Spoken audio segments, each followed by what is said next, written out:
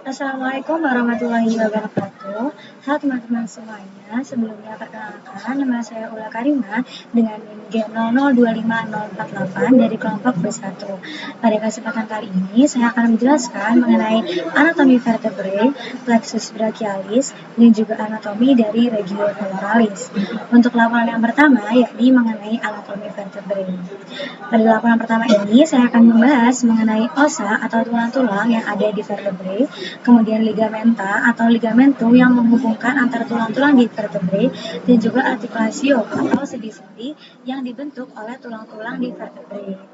Nah, dari os vertebrae sendiri akan terbagi menjadi 5 regio, di mana regio yang pertama adalah regio vertebrae cervicales. Regio ini akan terbagi menjadi 7 tulang, jadi yaitu regio vertebrae dari C1 hingga C7. Kemudian regio yang kedua adalah regio thoracalis, di mana regio thoracalis akan terbagi menjadi 12 tulang. Dan yang ketiga adalah regio vertebrae lumbales yang akan terbagi menjadi 5 tulang. Dan yang keempat adalah regio vertebrae sacrales yang terbagi menjadi 5 tulang, di mana 5 tulang ini akan tergabung menjadi satu menjadi os sacrum. Dan yang terakhir adalah regio coccygeus yang terdiri atas 4 tulang, di mana 4 tulang ini akan bergabung juga menjadi satu os, yaitu satu kesatuan os yakni os coccygeus, di mana total dari regio os vertebrae ini menjadi total 33 tulang pada os vertebrae. Masuk pada regio yang pertama, yaitu regio cervicales, di mana regio cervicales akan terbagi menjadi dari C1 hingga C7. Nah, C1 ini memiliki bentuk yang berbeda daripada teman-teman dari os yang ada di vertebrae cervicales. Yang pertama adalah os atlas. Nah, bagaimana cara membedakan os atlas ini dari bagian superior maupun bagian inferiornya? Di bagian superior atau bagian superior ini akan lebih cekung di bagian facies articularis superiornya. Nah, kemudian sedangkan untuk membedakan antara anterior dan posterior atau antara depan dan juga belakang adalah bagian anterior akan ditandai dengan adanya penonjolan atau tuberculum anterius, sedangkan pada bagian belakangnya atau posterior akan ditandai dengan tuberculum posterius yang tidak begitu menonjol. Nah, bedanya dari os atlas ini atau C1 daripada C yang lainnya itu os atlas ini masih belum memiliki korpus atau badan dan belum memiliki prosesus spinosus. Nah, sedangkan untuk os C yang lain itu sudah memiliki prosesus spinosus. Nah, ciri khas dari os atlas sendiri atau C1 ini dia juga memiliki fovea dentis. Fovea dentis ini menjadi patokan penting bahwa ini adalah termasuk dari C1. Dan di sini terdapat dua foramen, yakni foramen yang lebih kecil yaitu foramen transversarium dan foramen yang lebih besar yakni foramen vertebralis, di mana foramen transversarium akan dilewati oleh arteri atau vena vertebralis, dan foramen vertebralis atau yang besar ini akan dilewati oleh canalis vertebrae, di mana dia ini berisi medula spinalis. Oke, kita beranjak ke os aksis atau C2, di mana C2 ini juga memiliki bentuk yang berbeda. Untuk membedakan antara bagian superior dan inferiornya, bagian superior akan ditandai dengan adanya dens aksis, di mana bagian dens aksis ini akan terbagi menjadi apex dentis di bagian atasnya, kemudian ada bagian facies articularis anterior di bagian depannya. Nah, pada bagian os aksis atau di C2 ini sudah memiliki korpus, tidak seperti C1 yang belum memiliki korpus. Dan di os aksis ini sudah memiliki prosesus spinosus yang besar, kuat, dan bifida atau memiliki dua tonjolan. Nah, maka dari itu disebut dengan bifida. Sedangkan bedanya tadi pada C1 belum memiliki prosesus spinosus sama sekali. Sedangkan untuk yang C2 sudah memiliki prosesus yang spinosus yang besar, kuat, dan bifida. Di sini masih terdapat foramen vertebralis dan juga foramen transversarium seperti pada di C1. Lanjut, di C3 hingga C7 memiliki bentuk yang tipikal atau bentuk yang mirip-mirip. Mungkin tidak sepenuhnya mirip, tetapi pada bentuk dari C3 hingga C7 ini struktur yang dimiliki kurang lebih sama. Dan pada struktur C3 hingga C7 ini memiliki korpus yang cukup besar, sedangkan di C1 tadi belum memiliki korpus, C2 sudah mulai memiliki, dan dari C3 hingga C7 ini korpusnya semakin besar. Dan foramen vertebralisnya akan membentuk seperti segitiga dan memiliki sulcus nervi spinalis yang ketika bergabung dengan sulcus nervi spinalis dari C lainnya akan membentuk canalis nervi spinalis. Dan untuk di bagian C7 atau yang paling bawah nanti akan membentuk prosesus spinosus yang paling menonjol. Jadi prosesus spinosus ini paling besar dan paling menonjol yang paling bisa kita rasakan. Dan yang terakhir dari T7 sendiri ini, dia memiliki prosesus transversus yang sangat besar, tapi foramennya kecil dibandingkan foramen transversarium yang sebelumnya. Tapi proses transversus ini sangat menonjol. Setelah kita membahas dari bagian regio cervicalis, kita masuk ke bagian regio thoracalis, di mana thoracalis ini memiliki 12 tulang, yakni dari T1 hingga T12. Nah, dari bagian superiornya ini, dia dapat kita lihat bahwa dia memiliki bentuk yang cukup berbeda dibanding dari regio cervicalis, di mana bentuk korpusnya ini semakin besar, tidak seperti korpus yang ada di regio cervicalis. Korpusnya ini akan berbentuk mirip seperti jantung dan proses spinosusnya mulai memanjang. Jika tadi awalnya proses spinosusnya bifida, kemudian semakin besar, semakin ke thoracalis, maka proses spinosus akan semakin panjang. Dan pada regio thoracalis ini sudah tidak dilengkapi dengan foramen transversarium, tidak seperti pada regio cervicalis. Dan pada T12, prosesus transversus akan terbagi menjadi 3 tonjolan atau 3 prosesus. Yang pertama ada prosesus mamillaris, yang kedua ada prosesus accessorius, dan yang ketiga ada tuberculum lateralis. Kemudian kita lanjut ke regio selanjutnya, yaitu regio lumbalis. Nah, pada regio lumbalis ini, korpusnya bisa kita lihat dengan jelas bahwa korpusnya semakin besar. Korpusnya besar dan mirip berbentuknya seperti ginjal ya. Dan dia memiliki pediculus yang lebih besar dan juga lamina yang lebih tebal dibandingkan sebelumnya. Dan ini sudah tidak memiliki foramen transversarium juga seperti halnya pada regio thoracalis, dan proses spinosus ini lebih horizontal dan tidak terlalu mengarah ke arah bawah.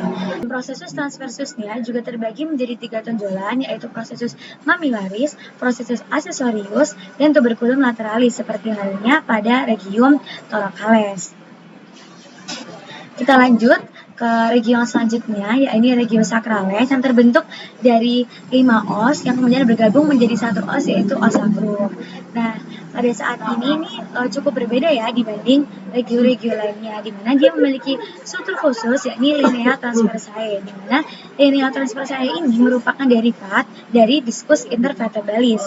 Kemudian dia memiliki foramina sacralia anterior dan posterior. Foramina itu yang bulat-bulat ini, yang lubang-lubang, yakni foramina sacralia anterior maupun posterior. Kemudian dia juga memiliki crista sacralis atau dia memiliki penonjolan-penonjolan, di mana penonjolan ini dibagi menjadi 3 jenis, yakni mediana yang paling tengah, kemudian medialis, dan juga kemudian lateralis. Dan os sacrum ini memiliki canalis sacralis, yang mana canalis ini merupakan derivat juga dari canalis intervertebralis yang dilewati oleh medulla spinalis. Kemudian yang terakhir yaitu regio os coccygeus, di mana pada regio ini terdiri atas 4 os yang bergabung menjadi 1, yaitu os coccygeus, di mana dia ini terdiri tulang 4 vertebrae dan memiliki kornu atau tanduk, di mana bentuk dari coccygeus ini unik ya, berbeda, sangat berbeda dari os-os sebelumnya. Setelah kita membahas osnya, kita akan lanjut membahas dari ligamentumnya. Ligamentumnya ini cukup banyak. Yang pertama ada ligamentum anterior longitudinal ligament.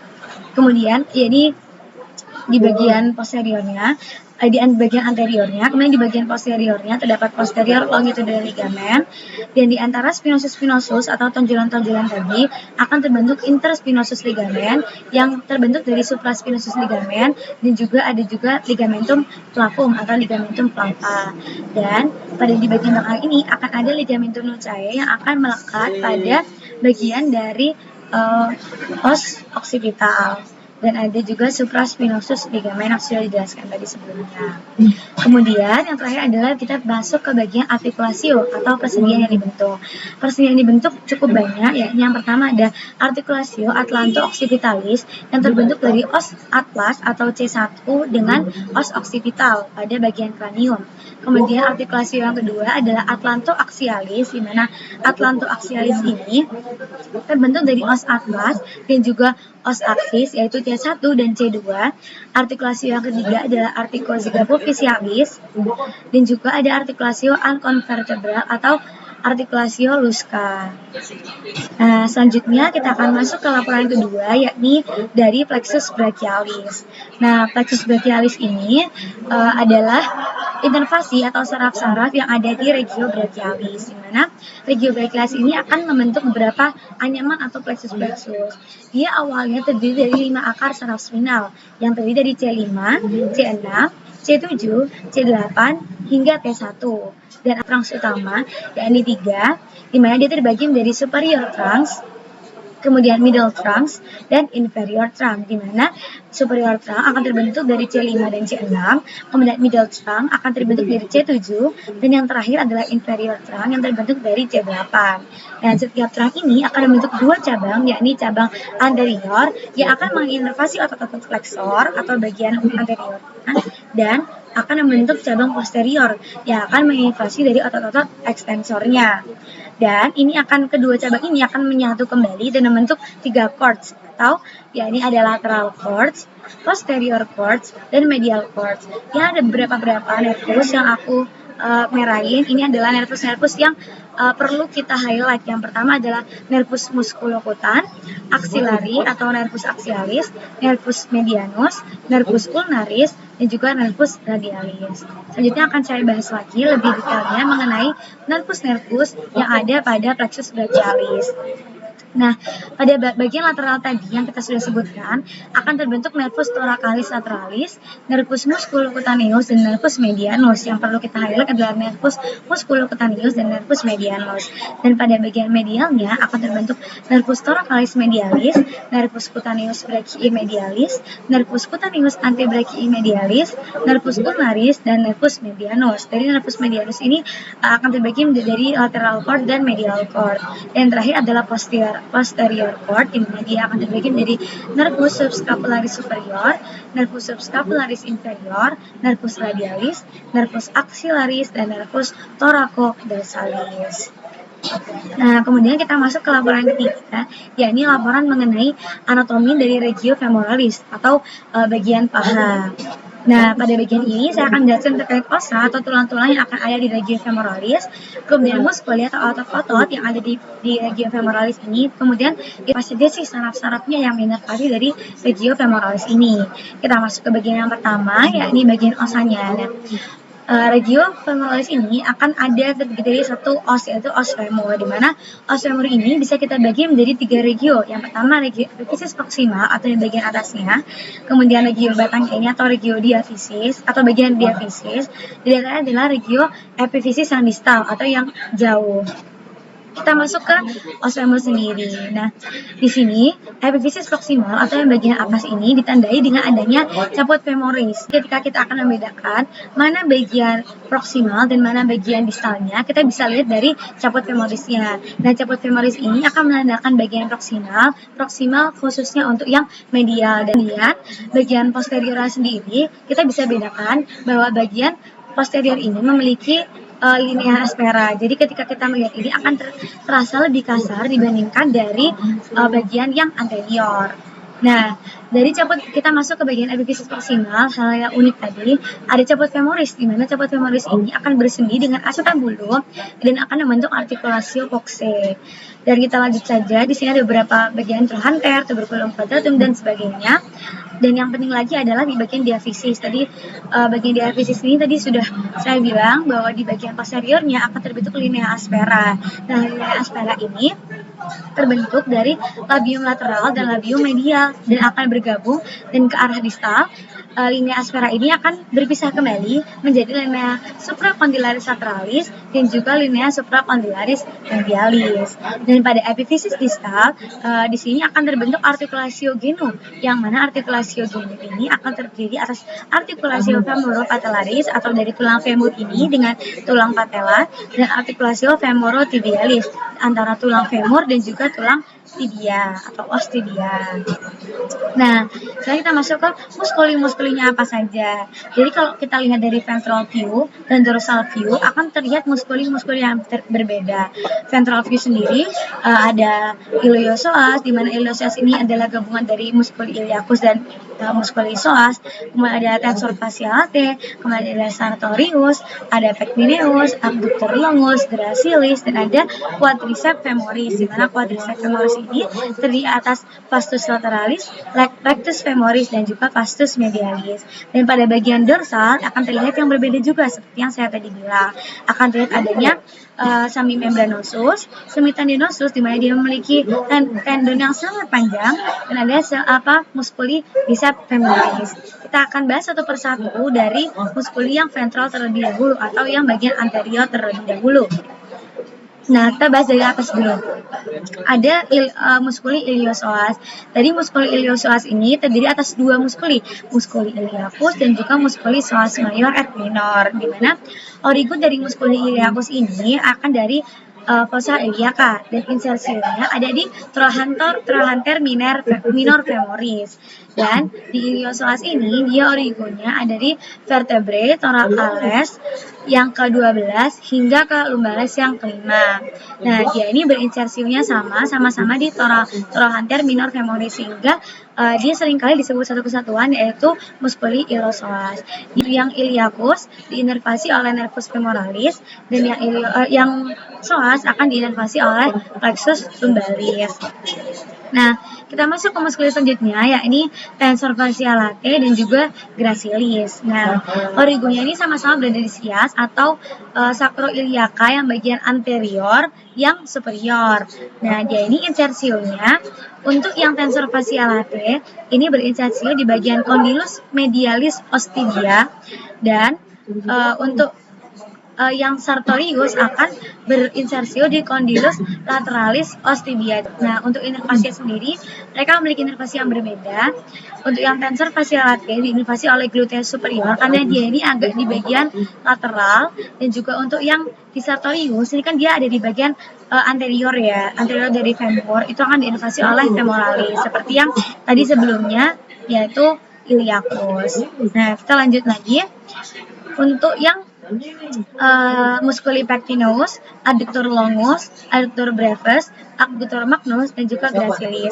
Ini muskuli adductor ini seringkali menjadi kita sebut dari satu adductor gitu aja, cuma sebetulnya dia ada 3 muskuli adductor. Kita bahas satu persatu. Yang pertama adalah muskuli pectineus. Mana muskuli pectineus ini berorigo atau mulainya dari ramus superior osis pubis. Kita tahu bahwa ini ada os pubis di sini, dan dia itu berinsersio di bagian ujung atas linea aspera osis femur. Lanjut ke muskuli yang kedua yaitu muskuli adductor longus. Nah, terus ini origonya sama-sama di os pubis, tapi insersionya dari fascies posterior femoris, sama-sama di ke belakang. Kemudian ada, kalau kita potong lagi di dalamnya ini ada adductor brevis dan adductor longus. Kita bahas satu persatu. Ada di adductor brevis. Adductor brevis ini untuk origonya ada di ramus inferior osis pubis dan berinsersio di bagian fascies posterior femoris, sama ya. Kemudian di adductor yang terakhir atau adductor magnus, dia karena dia ini magnus jadi dia origonya cukup besar, ada di ramus inferior osis pubis, ramus osis ischiae, dan tuber ischiadicum, dan akan berinsersio di bagian fascies posterior femoris seperti muskuli adductor lainnya, dan ada di tuberculum adductorius femoris. Nah, untuk yang terakhir adalah gracilis, di mana muskuli gracilis ini berada di ramus inferior osis pubis dan ramus osis ischiae, dan insersionya ada di fascies media pars superior corpus tibia, jadi agak jauh ke bawah. Nah, inervasi dari apa aja sih? Untuk yang pectineus ini diinervasi oleh femoralis, kemudian untuk yang adductor longus, adductor brevis, dan adductor magnus ini diinervasi oleh obturator, karena dia ini ada di bagian medialnya dari tulang femur. Nah, gracilis juga sama, karena dia ada di bagian tulang femur, maka ini diinervasi oleh nervus obturatorius. Oke, kita lanjut ke bagian muskuli quadriceps femoris. Dia ada 4 muskuli, yaitu muskuli rectus femoris, muskuli vastus medialis, muskuli vastus lateralis, muskuli vastus intermedius. Dan dari muskuli vastus ini, dia ini penamaannya sama ya, kalau di bagian agak medial berarti namanya vastus medialis, paling medial. Kemudian yang paling lateral berarti namanya vastus lateralis, dan yang tengah vastus intermedius. Kita bahas satu persatu ya. Ini yang pertama rectus femoris. Dia ini cabut origonya ada di cabut lurus, ada di CIE atau di sias iliaca anterior inferior, dan dia dicabut refleksi. Kemudian untuk yang vastus medialis dan vastus lateralis memiliki origo yang sama, yakni ada di ujung batang atas dan batang femur di septum fascia lateral dalam. Dan terakhir adalah vastus intermedius. Dia origonya ada di fascias anterior dan lateral dari batang femur. Nah, keempat dari muskuli ini atau muskuli quadriceps ini semuanya sama-sama berinsersio di bagian patella dan tuberculum tibiae, dan sama-sama diinervasi oleh nervus femoralis karena dia di bagian anterior dari os femur. Nah, kita masuk nih ke bagian yang posterior, yaitu kita biasanya sebut dengan hamstring muscle. Ini biasanya sering terjadi cedera ya di bagian hamstring muscle ini. Kita masuk ke muskul yang pertama, yaitu muskuli biceps femoris. Dia terbagi menjadi dua, ada yang caput longum dan caput brevis. Nah, cabut longum ini berarti yang panjang, kalau brevis yang pendek. Nah, cabut longum ini origonya dari tuber ischiadicum, sedangkan untuk yang cabut brevis origonya ada di linea aspera, linea supracondylaris, dan lateralis femoris. Nah, untuk insersionya sama, karena dia ini sebenarnya kan muskuli bicep ya berdua. Nah, insersionya ada di bagian lateral dari caput fibulae. Kemudian ada semitendinosus yang memiliki tanda yang sangat panjang. Kemudian ada mohon maaf, ini semitendinosus dan semimembranosus. Dia sama-sama ada di tuber ischiadicum. Kemudian insersionya ada di fascias medialis tibiae bagian atas dan condylus medialis tibiae. Ini semua sama-sama diinervasi oleh nervus ischiadicus karena kan dia ada di bagian posterior dari os femur. Nah, sekarang kita masuk ke inervasi dari regio femoralis, di mana ini tuh diinervasi oleh dari cabang atau keanyaman dari plexus lumbalis. Nah, plexus lumbalis ini dia berasal dari saraf spinal dari L1 hingga L5 dan sedikit dari T12. Jadi mulai dari L1, L2, L3, L4, L5. Dan membentuk pempercabangan utama yakni nervus dari iliopoblasticus, kemudian ilioinguinal, genitofemoral, nervus cutaneus femoris lateralis, nervus femoralis, dan nervus obturatorius. Dan pada bagian regio femoralis ini yang perlu kita highlight adalah dua nervus lain ini ya, ini nervus femoralis dan nervus obturatorius. Karena kan tadi sering ya muskulus tadi yang saya sudah sebutkan tadi itu diinervasi oleh nervus femoralis, dan ada juga yang diinervasi oleh nervus obturatorius. Nah, nih bagian penting dari nervus femoralis ini untuk bagian motorik yang menyerupai otot ventral atau otot yang bagian depan pinggul dan paha, ekstensor lutut, serta sensorik pada bagian ventral paha dan sisi ventromedial lutut. Dan untuk yang nervus obturatorius ini menginervasi muskuli adduktor yang ada di bagian sisi medial paha, serta untuk sensorik pada sisi medial paha.